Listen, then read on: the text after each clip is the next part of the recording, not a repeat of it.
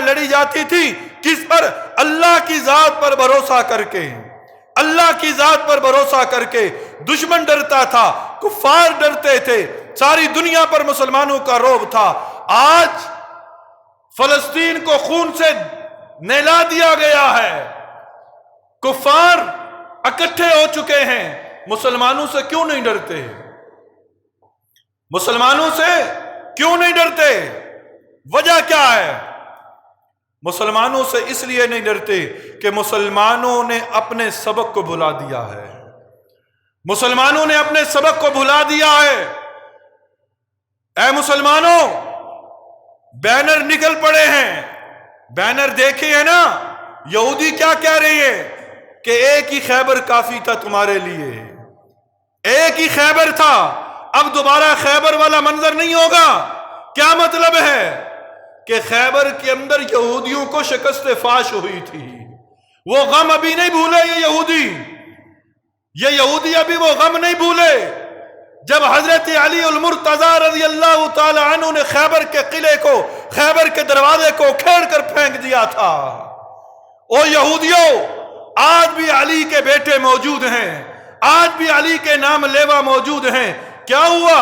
اگر یہ بھٹکے ہوئے ہیں، اگرچہ یہ راستہ بھولے ہوئے ہیں، لیکن جس دن یہ راستے پر آ گئے، اللہ کی قسم یہودیوں کا نام و نشان مٹ جائے گا، یہودیوں کا نام و نشان مٹ جائے گا۔ آج ضرورت ہے کہ ہم اپنے بھولے ہوئے راستے کو یاد کریں کہ ہمارا راستہ کیا تھا۔ مسلمانوں، اپنی غیرت کو جگاؤ، اپنی حمیت کو جگاؤ، محض احتجاج سے کچھ نہ ہوگا۔ آج حکمران بھی احتجاج کر رہے ہیں۔ اے حکمرانوں، آپ بھی احتجاج کریں گے، ہم بھی احتجاج کریں گے۔ فلسطینیوں کے خون کا بدلہ کون لے گا؟ آج تک ہم احتجاج کرتے چلے آئے، بابری مسجد کو شہید کیا گیا، حکمرانوں نے بھی احتجاج کیا، عوام نے بھی احتجاج کیا، کیا ہوا؟ کشمیر پر آج کتنے عرصہ ہو گیا ظلم و بربریت کے پہاڑ ڈھائے جا رہے ہیں، حکمران بھی احتجاج کر رہے ہیں اور عوام بھی احتجاج کر رہی ہے۔ 1948 سے لے کر آج تک یہودی مقبوضہ بیت المقدس پر قابض ہے، وہ آئے روز مسلمانوں پر بم برسا رہا ہے، وہ آئے روز ہمارے نہتے فلسطینی بھائیوں کا خون بہا رہا ہے۔ ساری دنیا اسلام کے حکمران احتجاج کر رہے ہیں اور عوام بھی احتجاج کر رہی ہے۔ وہ ایک مسجد کی تعمیر تھی نا، ایک مسجد کی تعمیر تھی، مولوی صاحب نے مسجد کی خدمت کرنے کا اجر بتایا کہ جو مسجد کی خدمت کرے گا اللہ اسے یہ دے گا، جو مسجد کی خدمت کرے گا اللہ اس کے لیے محل بنائے گا، یہ کام کرے گا، یہ اجر دے گا۔ اسی محلے کے اندر ایک بڑا سرمایہ دار شخص بھی تھا، بڑا مالدار شخص بھی تھا۔ جب اس نے یہ تمام سنے تو وہ بھی مسجد کے اندر چلا آیا اور جھاڑو اٹھا کر مسجد میں جھاڑو دینے لگا۔ مولوی صاحب آئے اور کہا، چودھری صاحب، ملک صاحب، سردار صاحب، آپ یہ کیا کر رہے ہیں؟ کہا کہ آپ نے جو مسجد کی خدمت کے مراتب بتائے ہیں، مسجد کی خدمت کا ثواب بتایا، تو میں مسجد کی خدمت کر رہا ہوں۔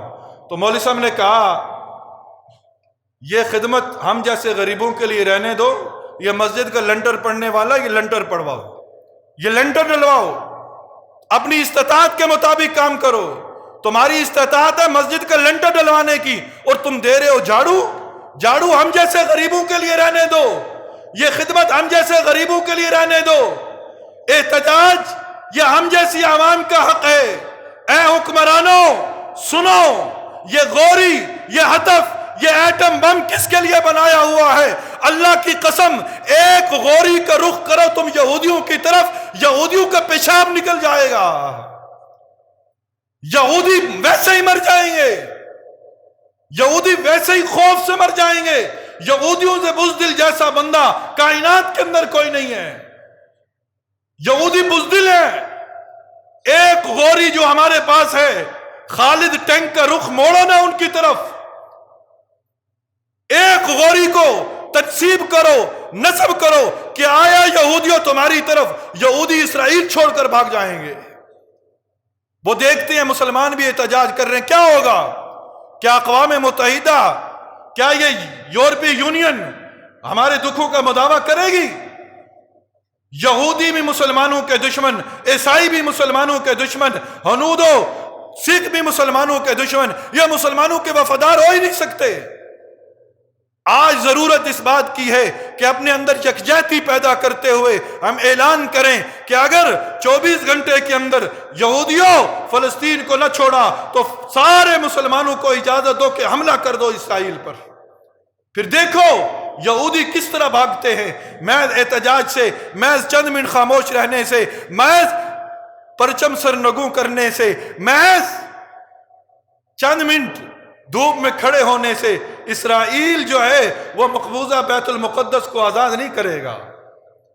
اس کو جواب اس کی آواز میں دینا پڑے گا، اس کو جواب اس کے طریقے پر دینا پڑے گا، وگرنہ وہ اسی طرح پھر فلسطینی مرتے رہیں گے اور ہم احتجاج کرتے رہیں گے، اور پھر کل قیامت کے دن ہمیں جواب دینا پڑے گا، ہمیں قیامت کے دن جواب دینا پڑے گا۔ اور پھر شروع میں نے کہا کہ مومن درد کو محسوس کرتا ہے، ہم ان کے درد کو محسوس کرتے ہوئے اس وقت کیا کر سکتے ہیں؟ ہم کیا کر سکتے ہیں؟ ہماری ذمہ داری کیا ہے؟ خدارا ہم یہ تو کر سکتے ہیں کہ ہم اپنے آپ کو گناہوں سے بچا لیں، گناہ چھوڑ دیں۔ رمضان کے اندر گناہ چھوڑے تھے، رمضان کے بعد پھر وہی گناہ شروع ہے۔ جو وعدے کیے تھے ان وعدوں پہ وفا کرو، وعدوں پہ وفا کرو۔ اللہ وفا کرنے والوں کے ساتھ ہے، بے وفاؤں کے ساتھ نہیں ہے۔ گناہ چھوڑ دو، اللہ کی مدد اتر آئے گی۔ گناہ چھوڑ دو، اور پھر اسرائیلی مصنوعات وہ کیا درد محسوس کرے گا؟ محض برہنہ لباس پہن کر میں اپنی ان بہنوں سے ملتمس ہوں جو برہنہ لباس پہن کر فلسطین کا جھنڈا اپنے سر پر باندھ کر احتجاج کرنے نکلی ہیں اور سوچ رہی ہیں اللہ کی مدد اترے گی۔ برہنہ لباس والوں پر اللہ کی مدد نہیں اترا کرتی ہے، ٹھیک ہے نا؟ اسرائیلی مصنوعات پیپسی کوکا کولا پی کر سڑکوں پر جا کر احتجاج کرنے سے کہیں فلسطین آزاد ہو جائے گا، ایسے فلسطین آزاد نہیں ہوگا۔ ہمیں ان کو جواب ان کی زبان میں دینا ہے۔ ہم گناہ چھوڑیں، اللہ کی قسم گناہ چھوڑو گے اللہ کی مدد اترے گی۔ جب تک ہم گناہ نہیں چھوڑیں گے اللہ کی مدد نہیں اترے گی، بلکہ بے گناہ لوگوں پر تو اللہ کا عذاب آتا ہے۔ اللہ کی گرفت گناہ گاروں پر کس کی؟ اللہ کی گرفت آتی ہے۔ آپ سورہ ہود پڑھو، پہلی قومیں کیوں تباہ ہوئیں؟ اس لیے تباہ ہوئی کہ وہ گناہ نہیں چھوڑ رہی تھی، اللہ نے عذاب کا کوڑا برسایا۔ آج بھی گناہ نہیں چھوٹ رہے، گناہ ناپ تول میں کمی کر کے ہم نکلے احتجاج کے لیے اللہ فلسطین آزاد کر دے، ہوگا آزاد؟ برہنہ لباس پہن کر، شرابیں پی کر، سود کا کاروبار کر کے، رشوت لے کر، بہنوں کے حق غصب کر کے، ماں باپ کی نافرمانی کر کے ہم احتجاج کریں اور کہیں فلسطین آزاد ہو، ایسے فلسطین آزاد نہیں ہوگا۔ پہلے گناہ چھوڑو، پھر نکلو، پھر اللہ سے مدد مانگو، پھر اللہ کی مدد آئے گی۔ اللہ تعالی ہم سب کو عمل کی توفیق نصیب فرما دے، آمین ثم آمین۔